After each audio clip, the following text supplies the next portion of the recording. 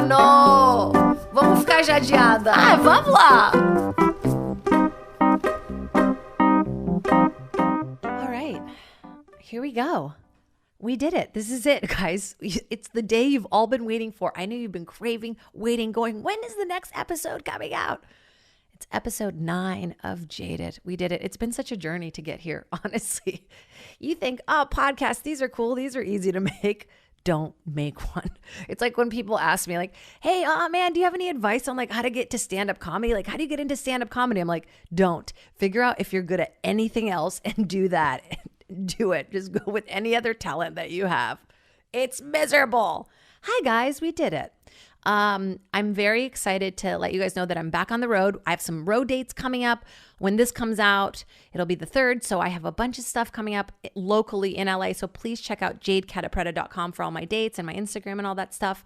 I'll be in Rochester at the Carlson, May 21st and 22nd with my friend Abby Feldman. It's her hometown.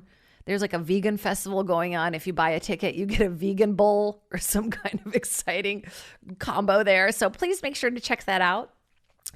And yeah, I thought I'd start every episode. We're trying to get a little more segmented, a little more structured. So you guys are not like, what the fuck is she talking about? And I thought I'd start everyone with a little thing where it's just me ranting about something that's bothering me. And you know what that is? Fucking Zoom, you guys. Okay. It was a pandemic. We were stuck in our homes. We had to be creative. We had to communicate and connect and see each other face to face, pantless, but face to face. And there was Zoom. And I have a theory, and I think a lot of people have this theory. Zoom is in charge of the pandemic. It's why it happened. They found a bat. They ate it. They spread it around. It wasn't even in China. It was in LA in an office in Santa Monica. These guys were like, you know what we're going to do? We're going to make them need us. And someone's like, yeah, make them need us. Yeah, need us, need us. And everyone was ranting. And then we're all stuck. A Zoom comedy show just is such a panic moment for me. I've done so many. I don't know if people at home have done them, but it became a necessity. I was like, I need to perform because therapy is too expensive. And I would just start freaking out and doing like a show and tell of things that were in the room. Like, I think it was 2 or 3 times during a Zoom show. I was so sweaty. I was profusely sweating. I could just feel drips of sweat going down my back into my crack. And I would just start showing them my underwear drawer. Like, multiple times. I just thought that's the only thing I can do to make this interesting. I'd pull out like a pack of pantyhose that were like unopened, and I'm like, these guys are ready to go out. Get out of Zoom.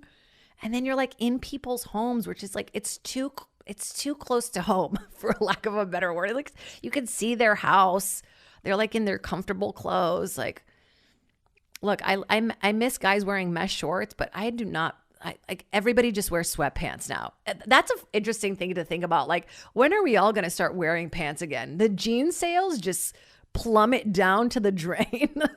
Like, people are like, we're over zippers. It's not the year for the zipper. Well, the zipper's making a comeback, and shows are making a comeback.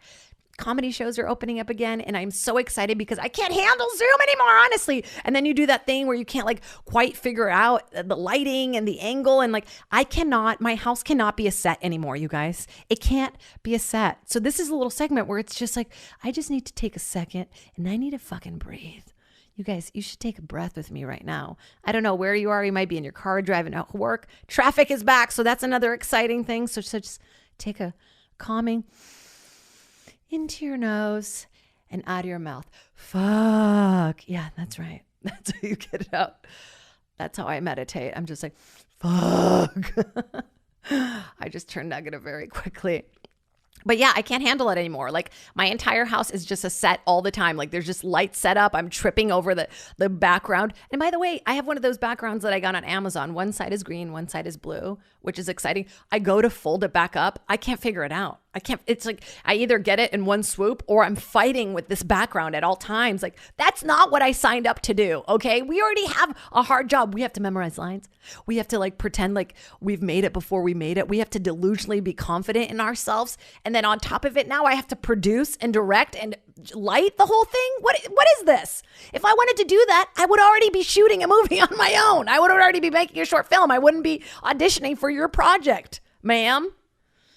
And it's so embarrassing. Like, and then the second you get comfortable with like just throwing away lines, they're like, we want you to be more. It's just like, it's never right. I'm now ranting about all the other things, but Zoom, it's where it stems at. I've been talking to this camera the whole time, but this is my wide. I'm going to be pissed off about camera angles now. I don't know. I'm just over Zoom, and I'm glad that it gave us a chance to connect during it, but I miss it. I'm ready to hug people. I'm ready to get a little bit sick every time I go out. I'm ready for it. You know what? My immune system might not be prepared for this reopening, but my body and my mind are. Like, I can't be in my apartment anymore. Does anybody else feel this? I feel like that there's this like COVID filth all over everything. Like, I need to do a deep clean of all the emotions and all the trauma that I went through of just being and living in my apartment. Like, my living room is just a set in a gym, in a kitchen, in a living room, and just like my dog's house. It's just, I need to deep clean my soul. We all need to pretend like this year never fucking happened. I want COVID to just be like a guy that I fucked in college that moved to Australia. Just, I don't know where you are. You're having brekkie with some other girl, and don't call me. I'll block you.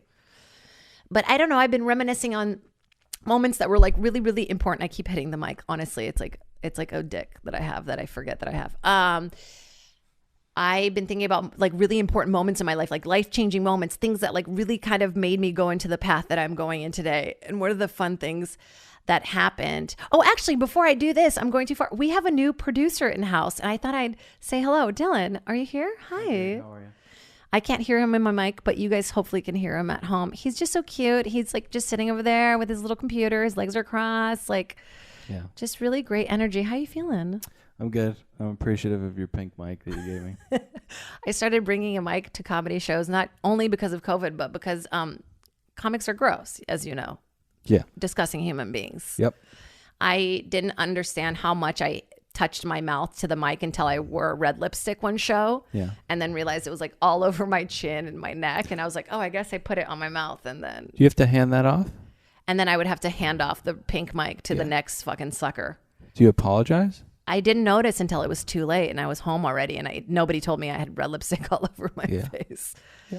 It's hard to be a female comic, you know, man. It's like you want to look cute, but you can't be too distracting. And what's to say like a girl can't be hot and funny? That's a big discussion. That's a bigger discussion than what we need to get into. But do you feel like when you go to see stand-up comedy and a girl's like dressed too hot, you feel kind of like taken out of it? Was that for both? Like if a guy's too hot. Like, but have you ever seen a comic guy that's like, whoa, that guy's too hot to do comedy? Yeah. Really? Who? Tell me, am I putting you on the spot? No, I think that Ryan Reynolds is an exception, but he's still not even that funny. But Ryan Reynolds is not really like a comic. He's not a comic, but I just, if somebody's too beautiful, you want to chop them down a little bit inherently. I think you're that's like, what do you? Heart. You're like, what do you have to be funny about? Like, you're good looking. Like, just go with that. Yeah, there's not enough self-deprecation running through their body because they're too pretty. Yeah, but you know what it is? They were fat kids. That's what it is. Like, look at Adam Ray. He's a really hot guy, like really outgoing, and then you go, fat kid syndrome. Yeah, he doesn't get it. He doesn't know he's hot yet. So it's like, so that's where it comes from. Like, you know. Yeah. Maybe we were really awkward kids that just grew into like these blooming onions. Were you a big fat kid? I was a real skinny kid. Like I was the opposite. People were like, eat a sandwich, you know? And I was like, what? Super mean. Yeah, really. People would say, because my initials are JCP, they would go, JC Penny, we hate your style. Jesus. I don't know why that one stuck with me. It's not even that bad. On the playground one day, these two children, I didn't know who they were. I haven't seen them since. They just came up to me and pointed at my glasses and started laughing, and then they walked away. And I cried, and it's not as bad as JCPenney, though. Nowhere near as bad. It's like, fuck you for not being able to see without glasses. Like, kids are so mean. Yeah. And those things are like, they're in such moments of development for us that they just happen to be at the right place at the right time. Like, imagine if instead of like laughing at your glasses, someone was like, cool glasses, man. Like, would your whole trajectory have been completely different? I would not be a cynic. You would not be into comedy at all. That moment there turned me into a cynical asshole. Same. I think me too. I was like, wait a minute. And I was like really into my style at the time too. I was like, wait a minute, what? And it's never even about that. Like they got teased for something and they passed it down to you. And then all of a sudden it becomes like everything that you centralize your insecurities around. Yeah, but you're right. There was nothing I could do about my eyes. Yeah. What are you supposed to do? I couldn't do anything. And I think that babies with glasses on, it can't get any cuter. When they have the kind that goes around their little head, those little tiny. And Yeah. sometimes when babies' heads get too coney because they lay down too much, they put those little helmets on them. What was that? It's just excitement about baby helmets. I really like tiny things. People make fun of me all the time, but like tiny furniture, like tiny doll furniture. Like I don't want to be the girl who makes a dollhouse, which nothing wrong with that. Like I just don't have the time. And then who would I give it to? It would be awkward. I'd be like, I made you this dollhouse. I think there's a ton wrong with it. Well, what do you mean? Is it creepy when like a full-sized woman Makes little makes things. tiny things? Yeah. I don't think so. I think it's cool. It's creative. It's crafty. I don't know. I like concentrating on craft projects because it's like I miss homework. I'm that person. Like I need validation. That's why I like stand-up. I like right away you get validation for what you're doing. Like there's no like, was this good? Was this with auditions? You got to hold on forever, hold your breath. With tiny doll houses, you can show the tiny doll her tiny chair right away, and she's like, I mean, you have to make her voice for it. You have to go, well, thanks, but still. You should go to a craft store after this. You need to get this out. By the way, they know me by name at Michael's and at Joanne Fabrics. Those are my two favorite stores. Really? Yeah, I love crafting. I was a yearbook editor. I was like really, if I hadn't gotten into stand-up, I would probably gotten into like design and editing and stuff like that. I really dig the pens and the markers at Michael's. Yeah. I don't have the skill to make the most out of those instruments. You just have them at your house, like taking notes with a sparkly pen. Just a huge fan of writing utensils. I really do. I collect all that stuff. I think it's because also right before school would start, my dad and I would go to like Staples and have like a daughter-dad day where we'd be like getting all the folders and getting all organized. And I'd be like, yeah, it was just such an exciting beginning of the year feeling. I think I just really miss structure in my life. That's where crafting comes in. I think it's just like, it gives me a sense of like beginning, middle, end that I don't think I get with a lot of these things. Cause like, you constantly have like projects rolling and ideas going. And how did we veer off? Where did we start with that rant? You want to talk about scuba diving? Oh, I wanted to talk about scuba diving, but we were talking about comics being too hot and getting teased as kids. Yeah, that's true. And then I said that white male ally thing where I was like, I think it's tough on both sexes. I like that. You're like, men suffer from being hot too. It's so hard when women are sexualizing us on stage when we just want to tell dick jokes. Yeah, I can't take it anymore. I love that. That's a bigger discussion though, because honestly, like the other day I did a show and the host of the show was wearing this like really skimpy top and she looked gorgeous. I mean, like her tits were out. It was a little chilly, so they were hard, which is the best part, and right away I was like, oh, she's like wearing kind of like skimpy top. That was like kind of my first thought. And then I was like, why did I have a negative connotation? She looks great and she feels good and she's happy in it. And it's like, is it a professionalism thing where I go, maybe she's not dressed for a job, but then it's like stand-up isn't really like a job. You can do whatever you want. It's creative. So I've been like kind of tiptoeing the line of like, can you look too hot or is there a trick to like, is there a fine line of like dressing like yourself, but still like not getting men too horny? Like, I mean, are we doing things for men? Like, should we just do things for ourselves? I don't know. Fuck them. I mean, not like literally, but no. Oh, okay. No.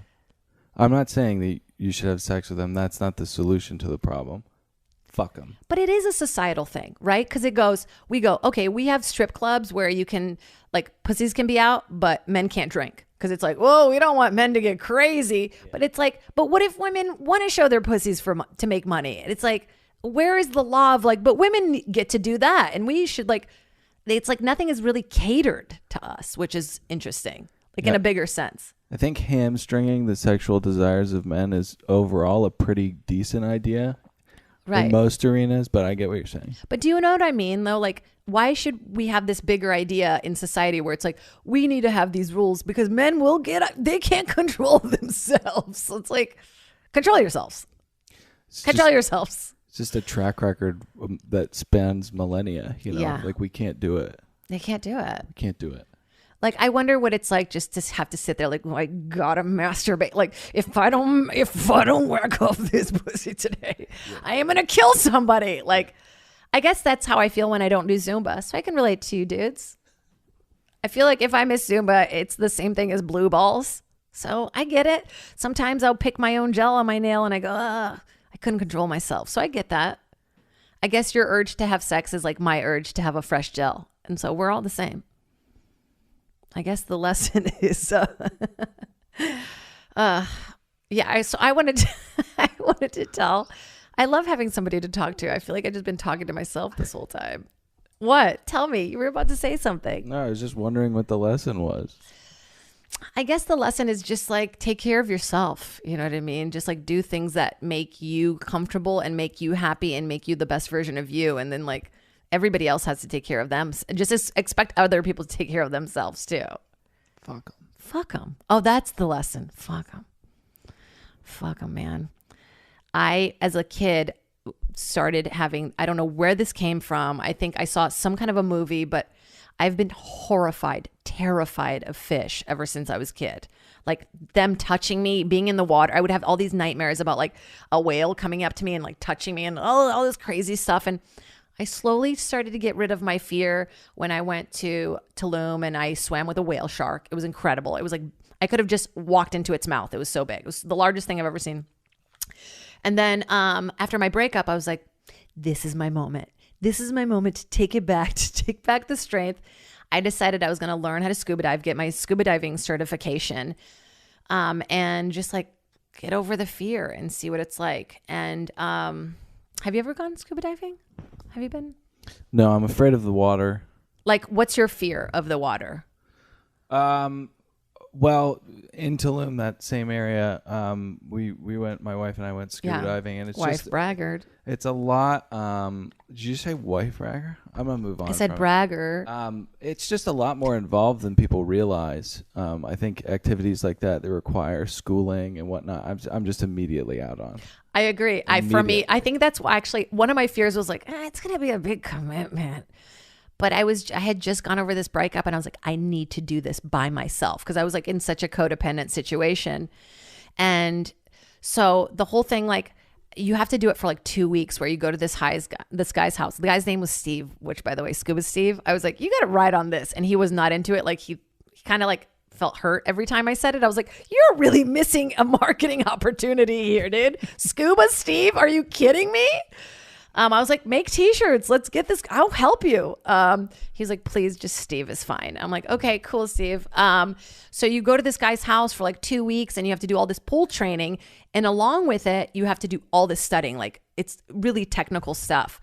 And I was kind of scared of it and also this is the one annoying thing. There's only one company that does it. They're called Patty, right? So the test would take literally 5 hours if you just did it straight, but you have to go through like 400 commercials of theirs. Like you did literally just go through like take a break every minute to watch their advertisement. So you're like, okay, can we just get to the like, will my lungs explode if I do this too fast, you know? So he's like, okay, hey, we're going out next weekend. It was like in a week. And he was like, so you're going to have to do all your training that would have been in 2 weeks in like 5 days. Are you cool with that? And I was like, let's do this. This is all I have, you know? And so I spend like 3 days in his pool. I'm not really getting it. Like I thought it would just like immediately come to me. I'm like, everything's heavy. And you're right. Like the amount of equipment that you have to like first check on and then like carry yourself and like just putting the suit on itself. Like I never knew a wetsuit.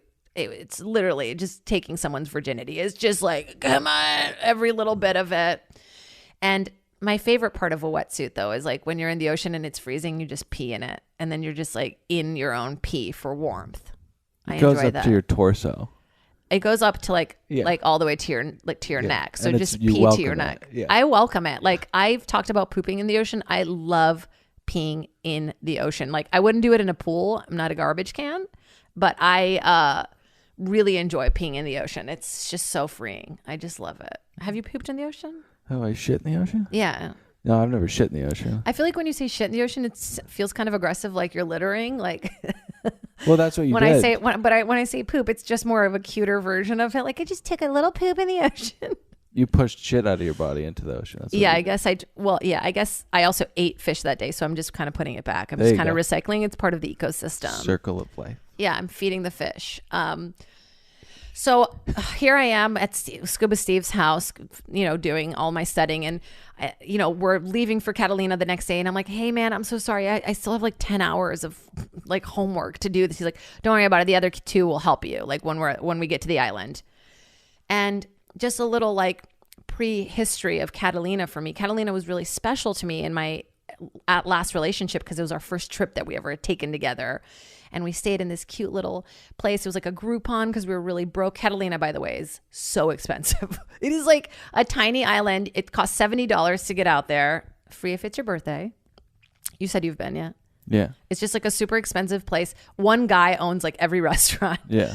And so we stayed in this little Groupon, and all our clothes were wet because it was like so humid. And it was like the first time I had to like poop in front of, like not in front of him, but like in the same room as him. And it was like just this very bonding experience. And while we were there, we had made friends with this guy who like lives on the island and helps this one restaurateur out. And he's like this really heavy guy on a golf course. And he was like, you guys want to ride?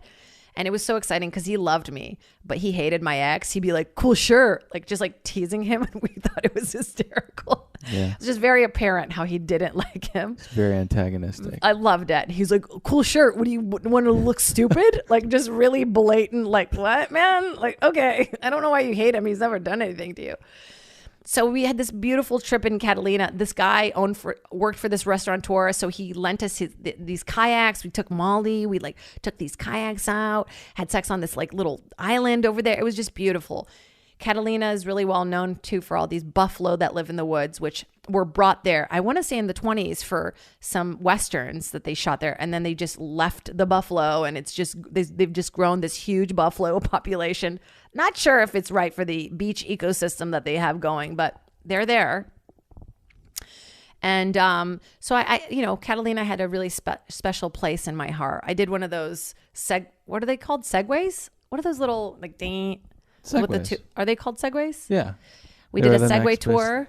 Yeah. And I did not know that those could go as fast as going up a wall, but don't try it at home. I really almost killed myself on one of those. They have these controls now where you can't go faster than 35 miles an hour because I was going like 70. That's still really fast. It's pretty fast to just be standing upright. Yeah. Somewhere, we were taking a tour and they were like, Miley Cyrus was once here. We're like, okay, give us the good stuff, So I loved Catalina already. So I go right after my breakup. We show up to Catalina. I don't know what happens to me. I'm bawling. I can't stop crying. Like we get there the first day. I just am seeing the island. Like it was just like a couple weeks after my breakup. So I'm still in this and so I'm just crying. And there's these two other students and they're like, is she okay? And he's like, don't worry about her. I just keep leaving like group activities to go bawl. I'm like,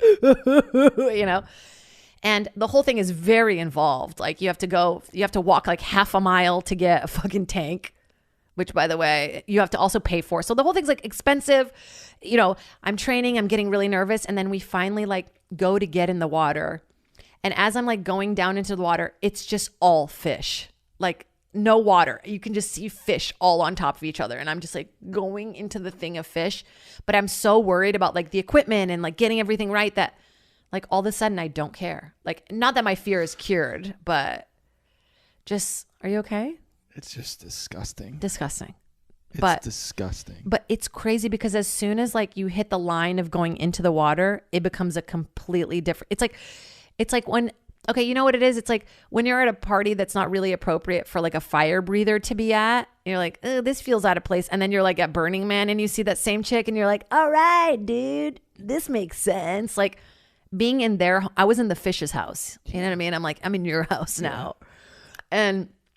And we're underwater and it's already magical, but I am so nervous. Like if you guys have not scuba dived, I recommend it because I'm such a manic, like crazy person.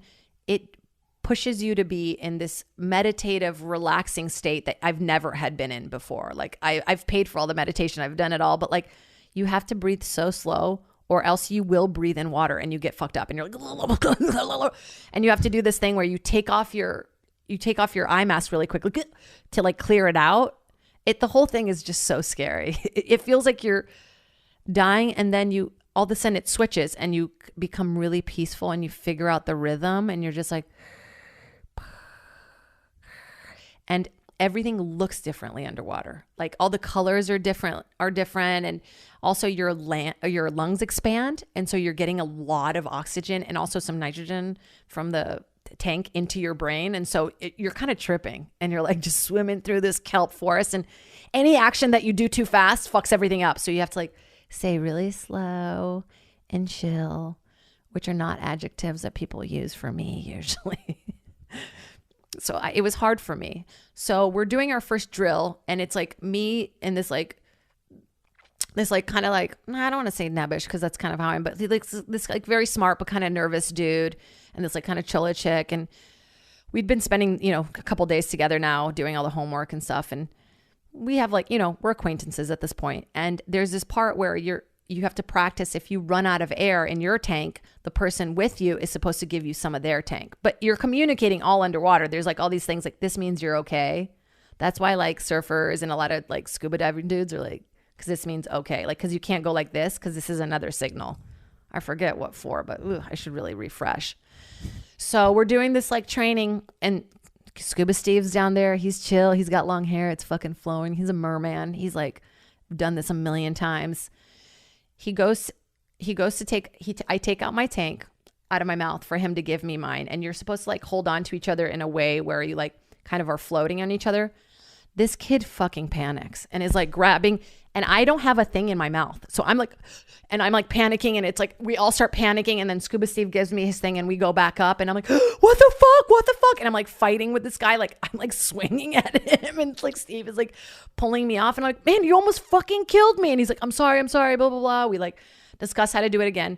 We go down and we're like, okay, it's okay. It all happens. He does it again. He panics again and almost fucking kills me again.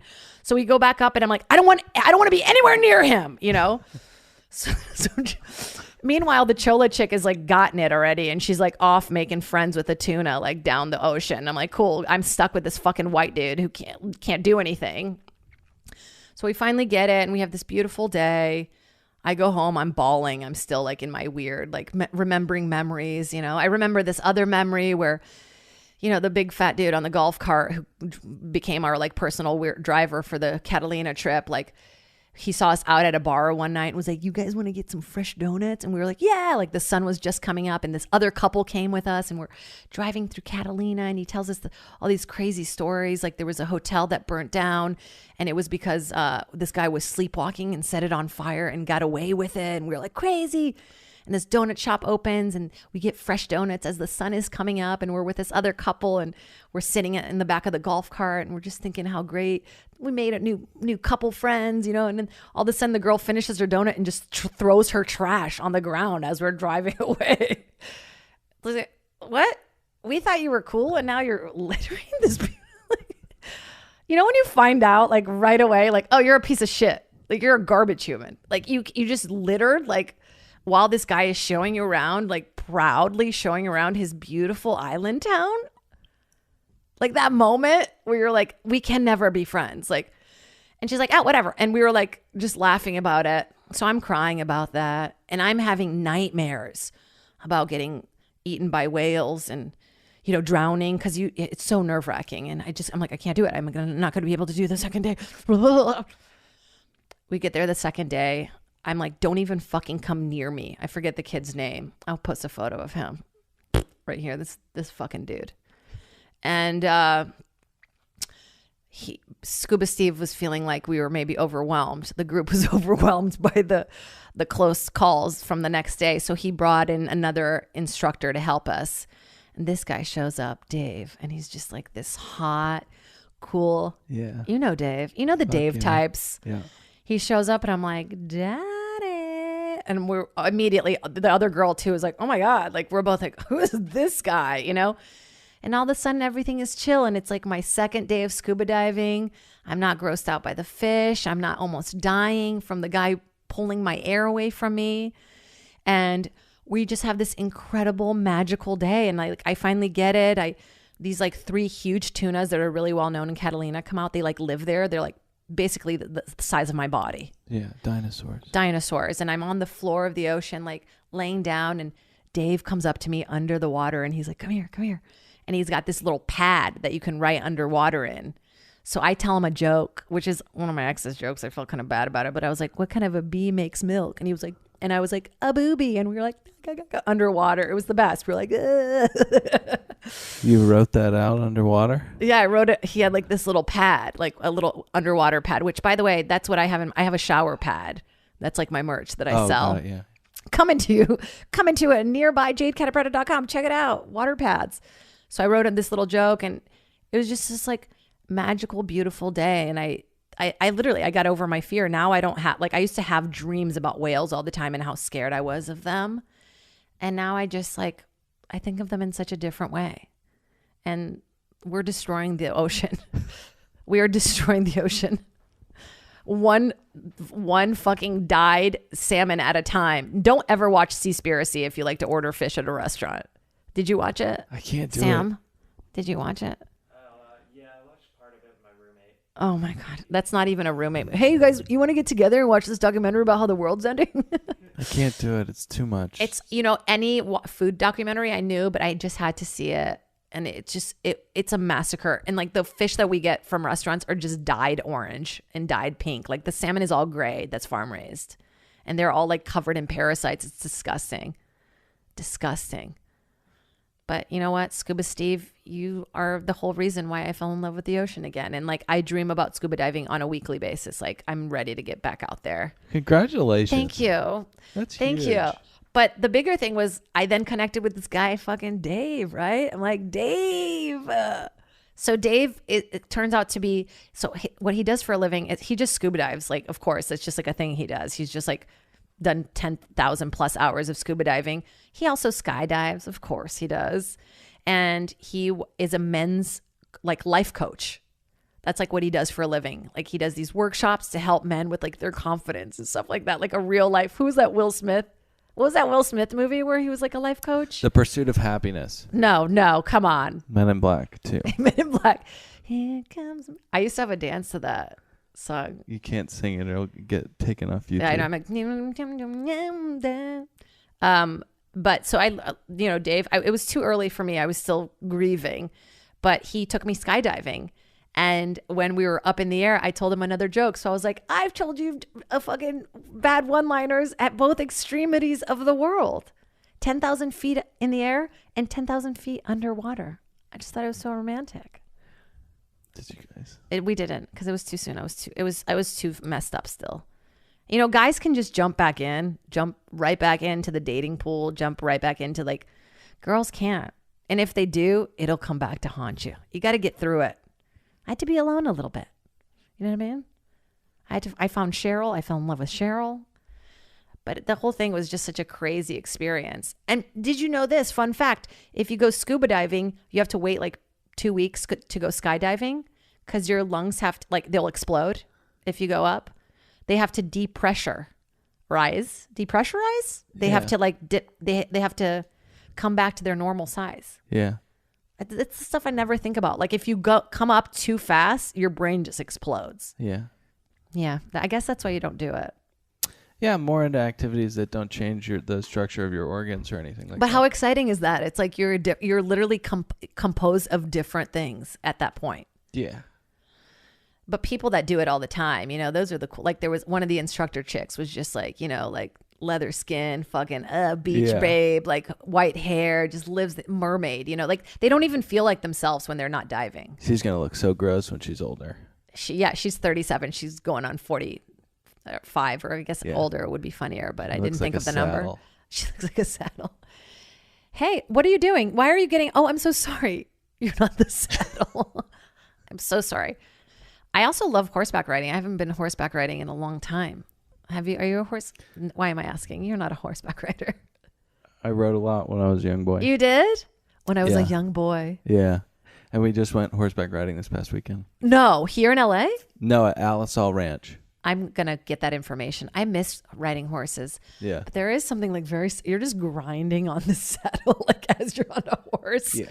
Very sensual. But for men, you're just like, just squishing. Where do your balls live? Trotting is an uncomfortable gait. It's very, very bouncy. You kind of have to keep yourself up, like your legs up, right? Yep. Wow. It's like, we might think it's hard to be a girl, but think about guys. They have to sit on balls all the time. Like can't be comfortable. It's horrifying. Horrifying. Poor horses, man. They're just like, we just want to be. And then we're like, no, we're going to ride you. Like, just grind on your back. How's that? Do you like that? You're not only getting me to the place I need to be, but I'm also going to grind you out. Horseback riding. Yeah, I miss it. I wish there was a place. I used to live in an equestrian area here. There's a whole equestrian farm in Atwater Village. Yeah. And people just ride their horses around. It's so fun. It's like there's something so calming about animals. Honestly, I need it. I need more in my life. And I hate seeing like the cop horses. Yeah. I'm like, they didn't want to be a cop. Maybe they want to be scoundrels out on the streets. Well, they're not cops. They are cops. They're cop adjacent. They're instruments of justice. I like thinking about a cop catching his horse doing something that's illegal, like spray painting it on. Buddy, what are you doing, man? Hall & Oates. Come on. How could you guys do that to me? Horse names are incredible. Yeah, they are always like, they haven't gotten to the point where they're like human names. Yeah. Bob. People change. I like human names for dogs. Yep. Cheryl obviously is my dog's name, but if I had another dog, her name would be Barbara or Monica. Monica's my vacuum's name. What? My vacuum. Like I have a Eufy. It's connected to my like Google Home. So I'll go like, hey, Google, turn on Monica. And they're like, turning on Monica. Are you concerned that your environment's turning into kind of like a HAL 9000 kind of thing? I hope so. I'm in charge of it too. I'm like that smart home. Remember that smart home movie? Oh yeah, of course. I've been watching all the goodies. Like I got into soul skating the other day. What's that movie called? What? Look it up. It's a movie about soul skating. Oh, Brink. Brink. Oh my God. Yeah. Those are the dudes I wanted to date. I was like, I want the sponsorship guy. I don't care about the soul skater. I want the guy that's got all the cool gear. That's who I'm going after. Yeah, the guy that's sponsored by a dog grooming company. Yeah, it was like such a big deal. Are you a soul skater? Are you doing it for the heart? Are you doing it for the fucking sponsorship? I'm doing it for the money. I don't know what the fuck Yeah, you're why doing. would you? Yeah, why would you not? I love those movies. There was also like a movie that I got really into that was a Nickelodeon movie about a girl who lived in space. Well, that's Xenon, right? Xenon. And it was like, zoom, zoom, zoom, make a heart go boom, boom. Wait, is that copywritten? Yeah, you can't. You have to stop. I'm sorry. Music is in my heart, okay? Yeah, no, there's Xenon. I mean, Alley Cat Strike Back. I don't know why that one hits me so hard. I guess I'm a huge fan of bowling or something. Yeah, but I just love all those old, like, when you're a kid, I just love that feeling. It's like, it's like the curtain's been way too pulled back. Like, I think about this all the time. I love watching TV with my sister, but I kind of ruin it for her. I'm like, oh, that's my friend Allie. She's thrown up at my house once. And she's like, she's not a mom and that's not her young child. Yeah. Like, commercials are ruined. I'm constantly like, oh, I audition for that. I just put a negative spin on everything she watches. I should go scuba diving again, honestly. I wonder if my PADI certification is still... If you had to do all of that over again, would you do it? Yeah, I would do it. It was like, I honestly needed to go through it. Like, I was so codependent in this relationship. Like, I didn't really do a lot of stuff. Like, honestly, he just did a lot of stuff. Like, he would just plan things and I was just kind of like, yeah, I'll go with it. It was great, but I kind of needed to take that power back of like, I'm doing this. This is an action. I'm fully on my own. And like, I might fall and fail and there's nobody there to pick me up. Like, I kind of needed to go through. You would go back to Scuba Steve's backyard. I go back to his pool, dude. They were cool. They served me some iced tea. It was really nice.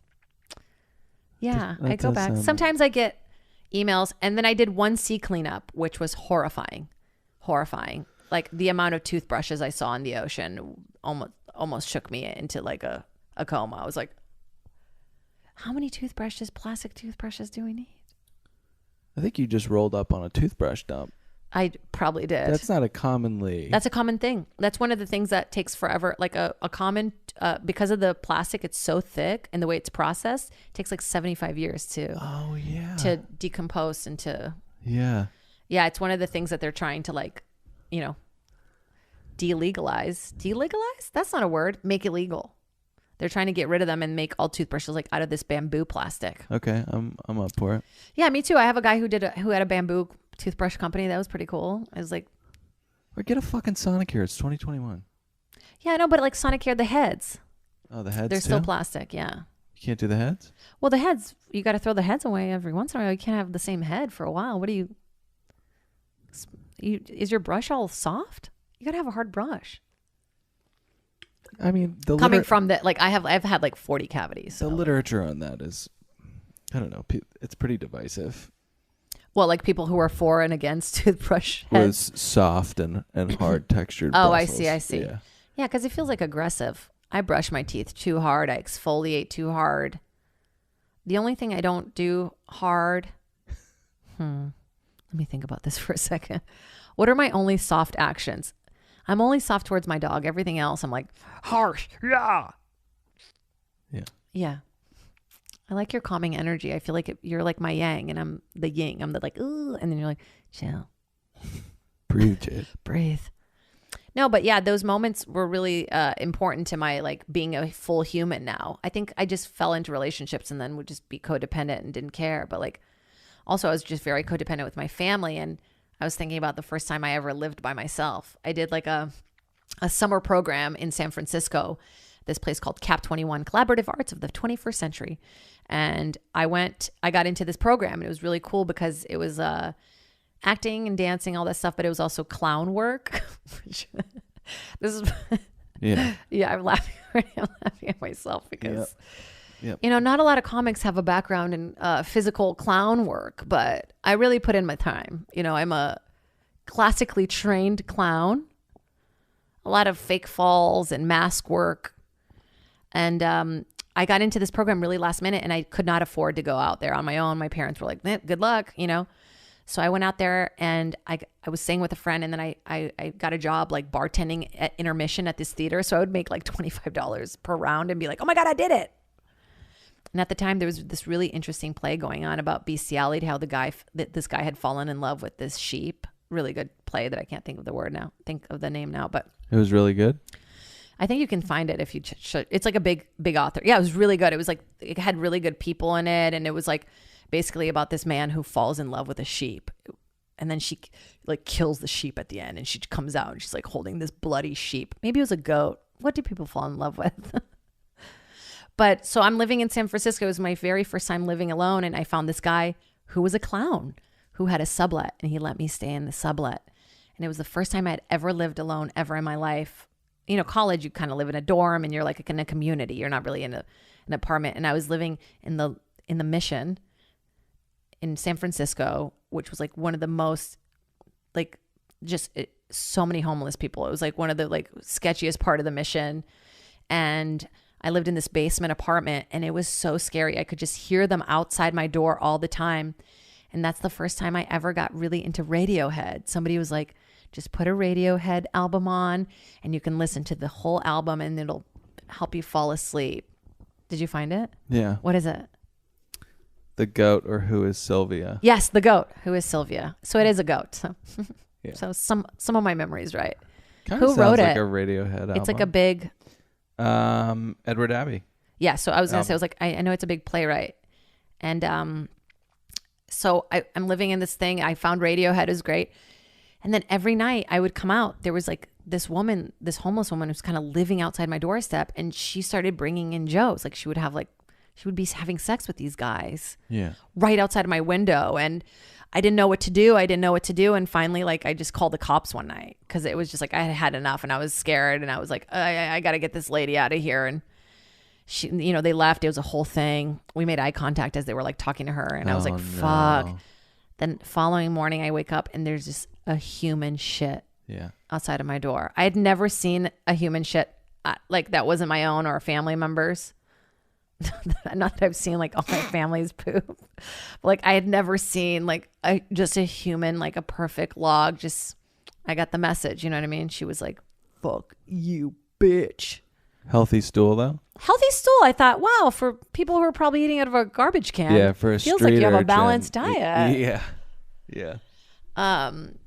But that whole experience was like just such a forming experience too, living in San Francisco and like barely I had like, you know, I'd make $25. So I'd have like $30 at a time to my name. And I would like get a bagel that was like $1.25. And then the lunch I could like almost figure out. And like nobody really knew how fucking broke I was.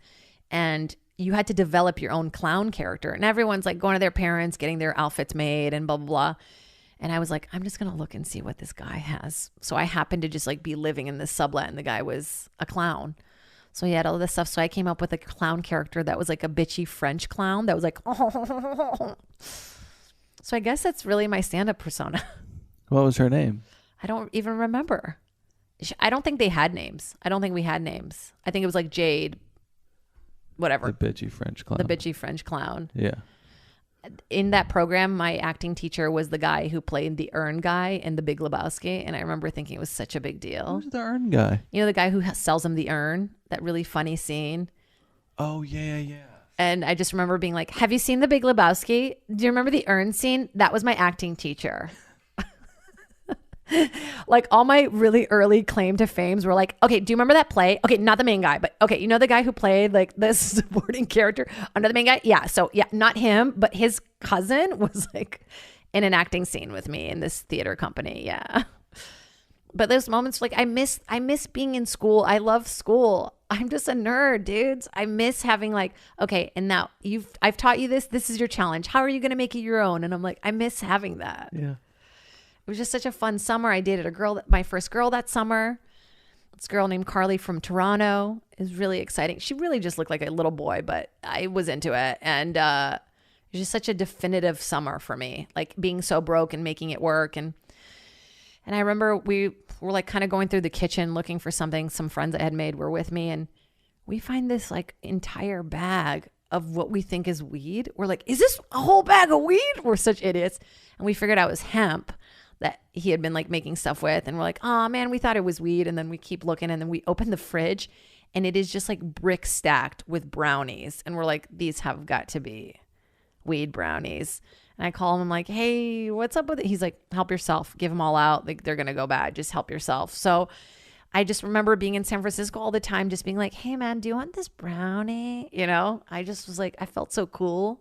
Did it have pot in it? Yeah, pot brownies. I just was handing them out. I handed them out to everybody. I gave one to the Earn teacher. Yeah. Gave one to Carly. I was really popular. I also, that summer, before I started dating this girl, Carly was like going on girl dates, like kind of, you know, I'm trying to figure out my sexuality. And I met this girl, and she was like, yeah, I should tell you, like, I'm kind of more queer. And I was like, okay, whatever. I don't know what that means. You know, she'll probably have like hairy armpits or something. I was like, okay. It was like not in a time where, you know, sexual ambiguity was like as specific. And I was like, okay, let's just see this. And like I see her from a distance. We're like, yay, hey. And she's got these big tits. She's really hot. And as I get closer, I'm like, she's growing a beard. She's growing a beard. Like, and I'm just starting to panic. Like I can see it from a distance, but she's like got a little bit of mustache and then like a goatee. Okay. And I mean, whatever.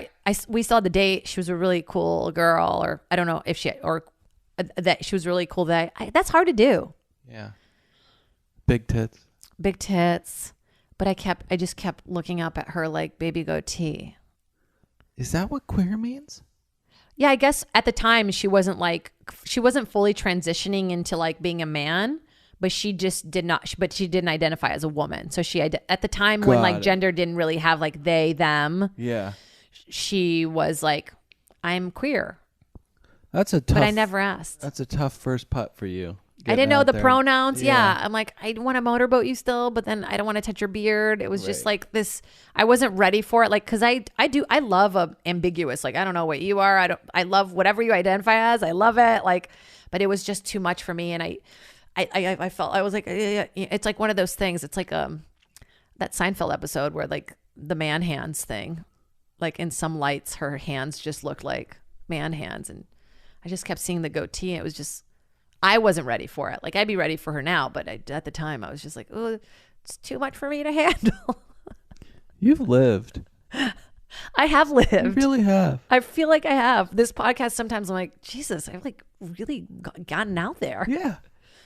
A lot of people don't do that. Go on dates with goat people. Yeah. And scuba dive. Scuba dive. And I skydive too within that story. Confront homeless people. They shit on your doorstep. They shit on my doorstep. You've lived.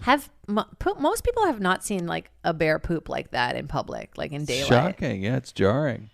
I didn't want to grab it. I didn't want to move it. So I just let it dry out, and I would just step over it for like a week until eventually it just went away. Yeah. I wonder if she took it back. She just was like, thank you. And this is mine. Also, skydiving. Have you done that? I know. Okay, you haven't. I don't know why I asked. Sam? No. Me and my roommate started too, but At No. golf.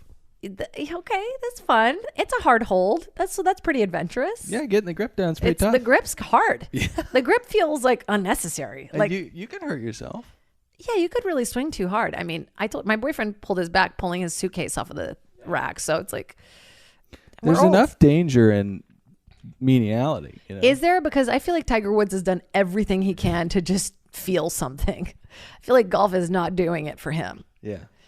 But skydiving, it's so exciting. I mean, like, but I had just scuba dived, so I felt kind of like, this is it. And also, when you first skydive, a lot of people make fun of this already, but it's true. Like, you're tied to a dude, Yeah. and then you just feel his, like, kind of not full boner, but like half boner on your back the whole time. And you're like, so do you have kids? Like, it's just this weird, like, very intimate, but not intimate enough moment. And I mean, the rush is from jumping out, but then everything else, you're just like, how bad am I going to hurt myself when I land? Yep. Like, I miss not having that fear where, like, I'm made of rubber. Like, I remember falling and just hurting myself so bad and be like, fun. Now I'm like, God damn it. I'm going to deal with this. It's crazy how much more dangerous falling is the older you get. Bunk beds, I mean, it's a death wish for anybody over 35, I think. They're really, really dangerous. Really, really dangerous. Bunk beds. I never got comfortable in bunk beds. Would you be a topper or a bottomer? With bunk beds? Yeah, I guess I was just going to make you say it and then go with it. But with bunk beds specifically, yeah. Bottom. I'm definitely a top. See, I knew it. I'm a top. Well, you've lived. I've lived. That's why. But yeah, I went back to see when I went back to San Francisco to do shows like a few years ago. I went back to the place where I lived and it was all boarded up.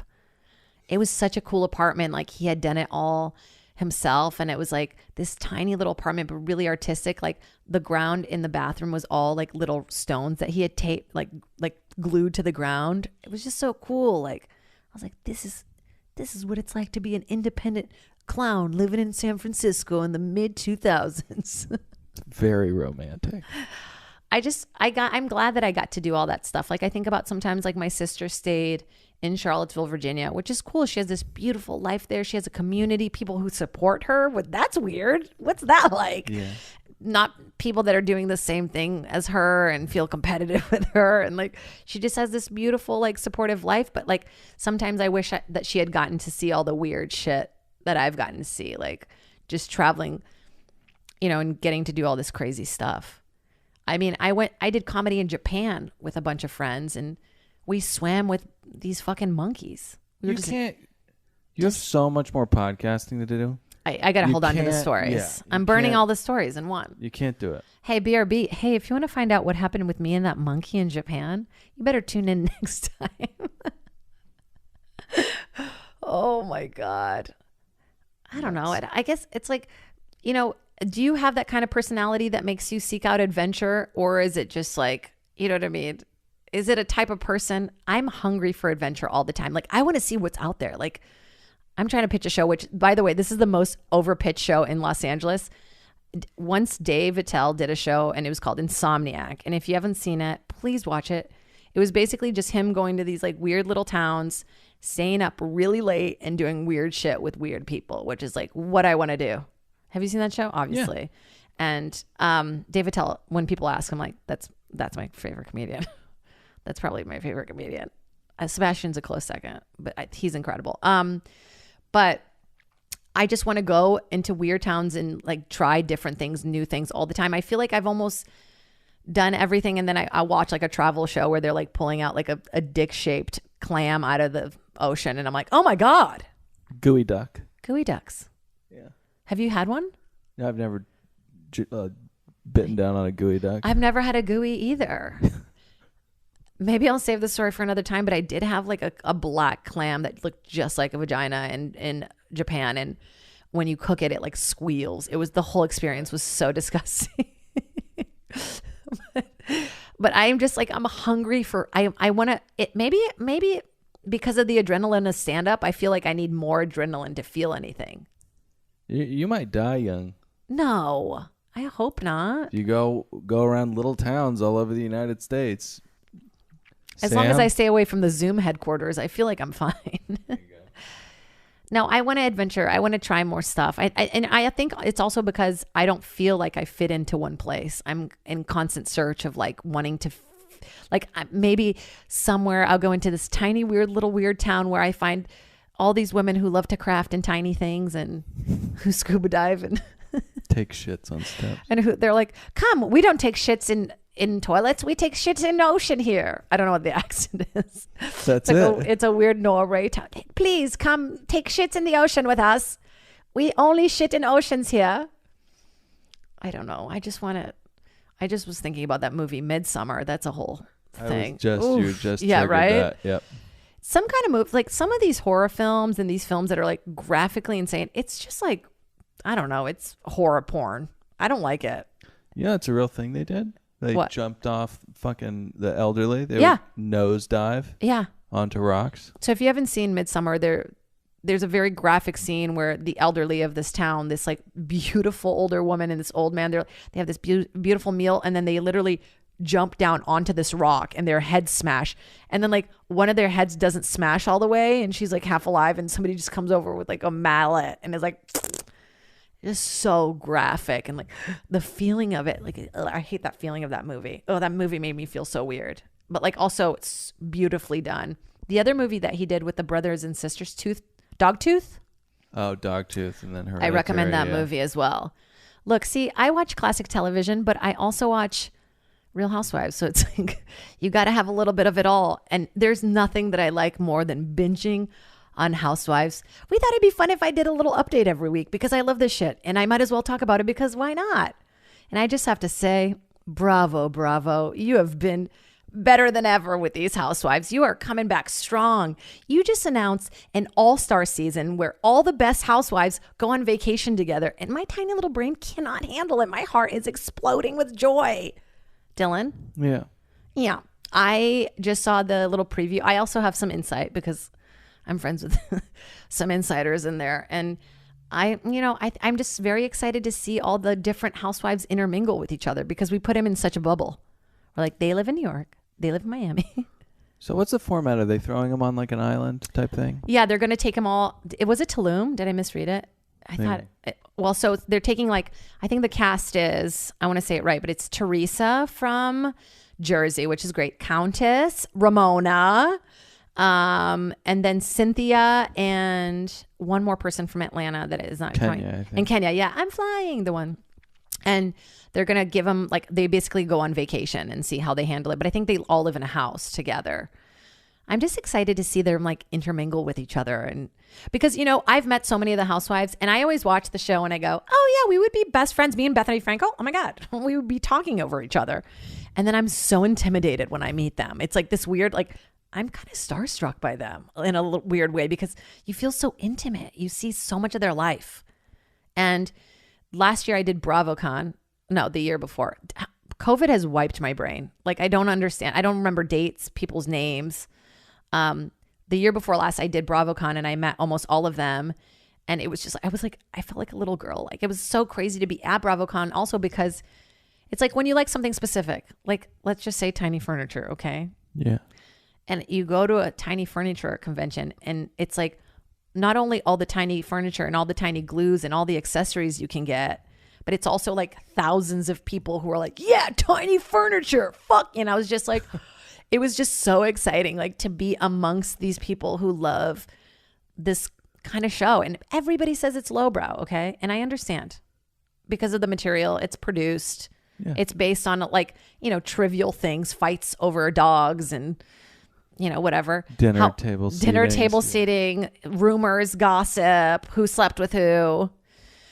But I honestly think there's something so engaging and actually intellectual about watching what happens to these people when they know they're being watched. Like there's something about the whole study of like, I don't know, just like people watching and like survival and how they portray themselves and how they think they're coming off and then how they're produced. And I just find the whole thing so fascinating.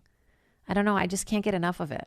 I told Dylan this. I'm like, if If they did a Big Brother style of Housewives where they're just watching them all the time, like weaves off, I'm like, I want to see that. I want to see that.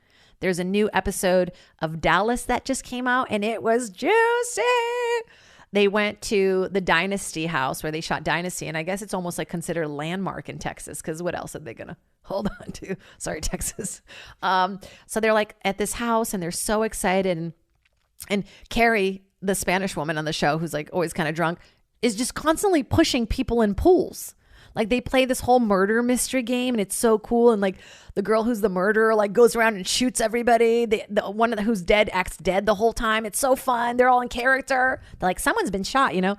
And then when they find out the murder, Carrie gets all excited and throws her in the pool. I would never. Look at me. If you ever fucking throw me in, we're done. Like, don't ever look at me again. Like, it's such an inconvenience. Like, what adult child does? It makes me so angry. And then you're like wearing, like, wait, your phone is in your pocket. Like, what if your drunk is in your pocket? It's not an okay thing to do. It's not okay. It's not okay for adults to be pushing. And she's done it multiple times. I think this time was like the third time. And then they close the episode. I love when Bravo does this, like the to be continued. And yeah, it's like, we know what happens already. But they do this whole thing where they're at the Dynasty house. And the last day, they all dress up like Dynasty characters, you know.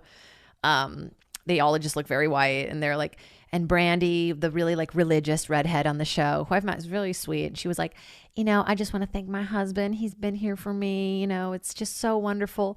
And then they do one of those things where at the very end of Housewives, if you guys don't watch, they do this little thing where it's like those coming of age movies where it's like, and then this person went on to be like the president of the senior club. Like, you know, they do like a whatever happened to them in the future.